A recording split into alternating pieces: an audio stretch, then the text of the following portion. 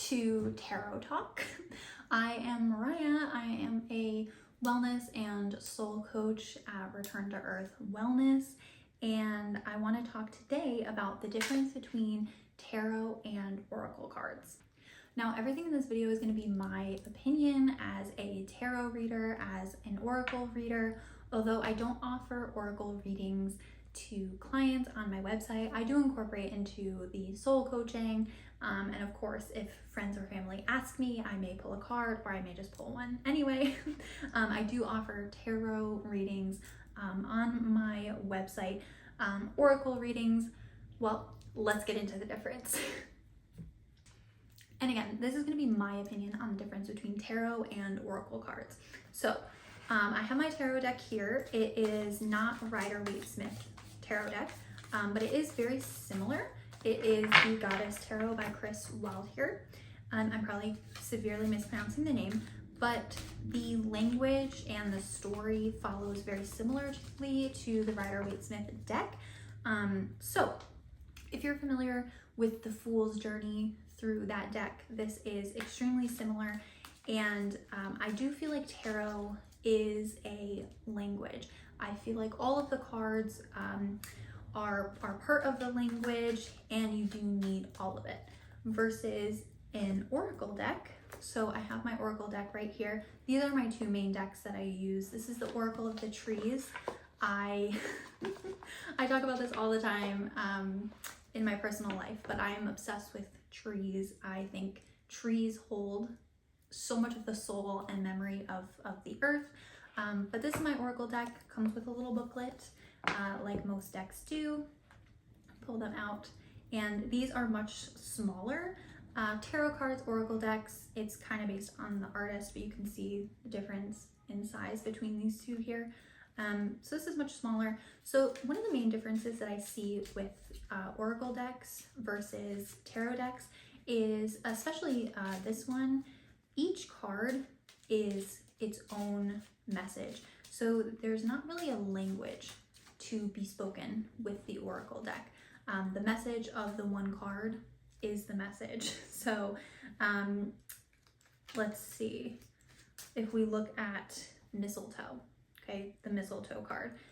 This card has all of its own meaning wrapped into this one card. And you can see how extensive this oracle booklet is. It goes into the history of the tree, any symbolism in different cultures, in religion, and then it goes into the message based on that. So for my oracle deck, there's no reason why I would need to pull a mistletoe card, the fig tree, palm tree. Spreads look a little different with oracle, which is why I don't offer them online to clients, because a lot of the times when people are ordering tarot readings from me, I will do a spread for them and create a whole beautiful, in my opinion, PDF based on the reading. But for oracle decks, I do feel like I need to know a lot about someone in order to pull a card. Otherwise, the message is very generic and it doesn't really make sense. And of course, you can pull multiple oracle cards. I've done that before with new questions or clarifiers or follow-ups. But that is one of the main differences that I see with the oracle cards versus tarot. Because when we're looking at tarot, especially when we get into the major arcana, for example, I have the strength card. So let's say I'm pulling the strength card. That does mean something on its own, of course. But then if we pull a Six of Wands after, that changes the meaning entirely. The strength card on its own doesn't really lend, in my opinion, doesn't lend enough information to have a full reading or a full picture, versus the oracle card. If we pulled the Christmas tree card, this is going to have pretty much all of the information that you need within this one card. And then of course you can pull more cards as needed. But with tarot, I don't think that the language is complete by just pulling one card necessarily. In my beginner video, I did say I would start with pulling one card in the morning with the lesson that you need to learn, and then one card at night with the lesson that you learned during the day, or recap, reflection, something like that. And I do still stick by that for beginners learning. But once you get past the beginner stage, I do think tarot, being the language that it is, you do need to pull multiple cards in order to get an idea. So we pulled the Justice card here, which has Athena on it, because again, this is the Goddess deck. This is the Movement card. This is the Chariot in the Rider-Waite-Smith deck. It has Rhiannon, the Goddess Rhiannon, and then the Seven of Staves, which is the Seven of Wands. So if you pulled this as a spread, that's wild. The cards may be telling this to me, but as just an example. So this is going to have a very complete story here, versus if I just pulled this card, I may not have the complete picture. But with the Christmas tree card, I would have the full idea of what is going on, and then I could always pull a clarifier if I needed to.